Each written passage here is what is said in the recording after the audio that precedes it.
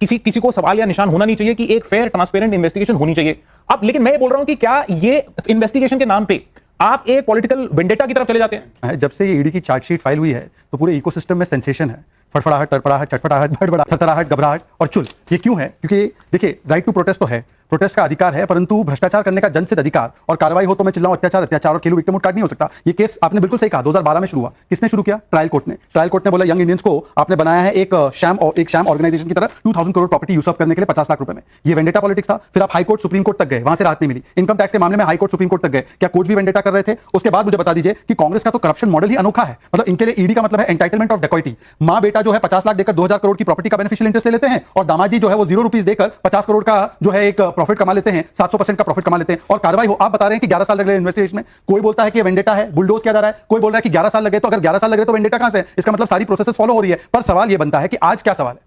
क्या आपने एजेएल को एटीएम बना दिया है क्या अपने परिवार का? 2 करोड़ का चंदा या विज्ञापन दिया जा रहा है नेशनल हेरिटेज को, उस स्टेट में जहां 1 लाख करोड़ का डेट है, जहां पर आपने 1500 रुपए महिलाओं को वादा किया था, जहां पे आपने 300 यूनिट बिजली का फ्री वादा किया था, वहां पे आप जो है टॉयलेट टैक्स लगा रहे हैं और 2 करोड़ रुपया वीकली पेपर जो छपता नहीं है। अब मैं पूछना चाहता हूं, डीएवीपी के रूल्स का वायलेशन हुआ है नहीं हुआ? अगर ये पेपर को ऐड इतना दिया जा रहा है तो जहां वहां पे मेन पेपर है दिव्य, हिमाचल, ट्रिब्यून, दैनिक भास्कर, दैनिक जागरण, इन पेपर्स को कितना आप विज्ञापन दे रहे हैं? मतलब कि जो पेपर दिखता नहीं, बिकता नहीं, जो कागजी पेपर है उसको 2 करोड़ का विज्ञापन, यहां पर भी स्कैम कर रहे हैं। और आपने नेशनल हेरिटेज की प्रॉपर्टीज को हड़पने के लिए, जैसे वक्फ बोर्ड काम करता है, वक्फ जैसे काम करता है और सत्यम का कॉर्पोरेट फ्रॉड, अगर दोनों मिला दो तो गांधी परिवार का फ्रॉड है।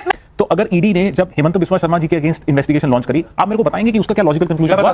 प्रफुल्ल पटेल जी के अगेंस्ट एक सेकंड, प्रफुल्ल पटेल जी के अगेंस्ट ईडी की इन्वेस्टिगेशन लॉन्च हुई, क्लोजर फाइल हो गया। सुविंदर अधिकारी जी के अगेंस्ट भी ईडी की प्रोसिक्यूशन है, जो मेरी जानकारी के हिसाब से वो पेंडिंग है। तो मैं सिर्फ ये बोलना चाह रहा हूं नाविका जी कि आप किसी भी एजेंसी इसको पॉलिटिकल पर्पसेस के लिए, पॉलिटिकल माइलेज और नैरेटिव बिल्डिंग करने के लिए यूज नहीं कर सकते। और पहले तो हेमंता जी पर कोई ईडी की कार्रवाई नहीं हो रही थी, सीबीआई की थी। और सीबीआई ने पता है क्या बताया? आपके जमाने में शुरू हुई थी। सीबीआई ने बताया he was called as witness, और प्लस वो मामला हाईकोर्ट में आप ही के पीआईएल सिस्टम ने पीआई फाइल की। उसके बाद उनको क्लीन चिट मिला। 10 सेकंड बात सुनिए। ईडी के खिलाफ आप जैसे, आप भी थे शायद उस लॉयर पैनल में, अभिषेक सिंह भी, आप 14 पार्टी गई थी ना, ईडी का बहुत मिसयूज हो रहा है, ईडी उस केस को नहीं देख रही, इस केस को नहीं देख रही। क्या हुआ सुप्रीम कोर्ट में उस केस का? नहीं, मैंने क्या मैं मालूम है, आपने अभिषेक सिंह भी गए। आपकी क्या हुआ उस केस का? जरा बताओ, 14 पार्टी का। वहां बताएं। कोर्ट ने बोला खाल तक फेंक देंगे, कोई वेंडेटा नहीं है, ये बोला। पहला गलत एलिगेशन की सारी प्रॉपर्टी ट्रांसफर हुई है। अभिषेक मनु सिंघवी ने कोर्ट के अंदर साफ साफ लिखा है, और कहेंगे तो इंग्लिश में पढ़ देता हूं। There was no transfer of ownership of properties to Young India, only the share holding was transferred to Young India. उसका पूरा एक लॉजिकल सवाल, एक लॉजिकल सवाल, आप जवाब दीजिए। ये टेबल नाविका जी ने उठा के मुझे ट्रांसफर नहीं किया, पर ये टाइम्स नाउ के शेयर मेरे हो गए, टेबल किसका हुआ? बिल्कुल नहीं, गलत ये बात हो सकता है। वो संघी जो नहीं लड़े इस देश की आजादी में, उनको क्या मालूम नेशनल हेरिटेज की इंपॉर्टेंस क्या है? विवेक जी ने कहा कि ये देश का एजेएल, देश का अखबार चला रहा था, नेशनल हेरिटेज, कौमी आवाज, नवजीवन। देश के अखबार को 90 करोड़ का लोन दिया था कांग्रेस ने, ये भी ठीक है आपके साथ? बिल्कुल ठीक है। तो कांग्रेस ने वो लोन उन्हीं को क्यों माफ नहीं किया? यंग इंडियंस टेक ओवर कर दे, फिर यंग इंडियंस का क्यों लोन माफ किया? भाई एक ही बात है ना, मैं आपको बताता हूं, एक बात इससे नहीं है सर, इससे नहीं है, क्योंकि एजेएल में 5000 शेयर होल्डर थे, फ्रीडम फाइटर। यंग इंडियन में 2 शेयर होल्डर थे। Those people are not alive.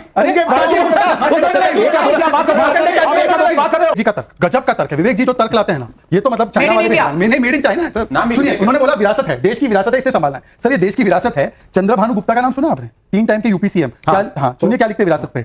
उन्होंने लिखा है, सफर नहीं रुका, झुका नहीं, कहीं रुका नहीं, झुका नहीं, उसमें कि मुझे हैरानी होती है कि ये सारी जायदाद फ्रॉड करके कैसे इन्होंने नेहरू जी के नाम पे कर दी। हमारे शहर आचार्य देव, पुरुषोत्तम टंडन, शिव प्रसाद गुप्ता के शहर बेचकर उन्होंने कांग्रेस के पैसों से और मनी बैग से खरीदकर अपने नाम पे करवा दिया। ये आपकी विरासत पे बोल रहे हैं। दूसरी बात सुन लीजिए, ये विरासत वाला पेपर कांग्रेस के और वोटर मिलाकर वर्कर मिलाकर 10 करोड़ लोग तो होंगे। 10 करोड़ में से 2 करोड़ भी सब्सक्राइब कर लेते तो मान्यवर साल के 24 करोड़ हो जाते केवल सब्सक्रिप्शन में। और इतनी बड़ी विरासत इन्होंने कहा, जो कपिल जी ने स्टार्टिंग में कहा और जो विवेक जी ने भी दोहराई, we for vendetta. Kapil ji हाथ जोड़ते हुए आपके सामने तारीख जी, और विवेक जी, लालू प्रसाद 5 टाइम्स कन्विक्टेड, वो भी बोलते वेंडेटा है। और पहली बार कन्विक्शन यूपीए में हुई। और मुलायम सिंह यादव जी याद है ना, उन्होंने कहा सीबीआई का दुरुपयोग। मुलायम सिंह यादव जी ने कहा था कि मेरे ऊपर डीए केस कांग्रेस ने लगाया, सीबीआई का मिसयूज करते हुए। डीए केस बंद कब हुआ? देखो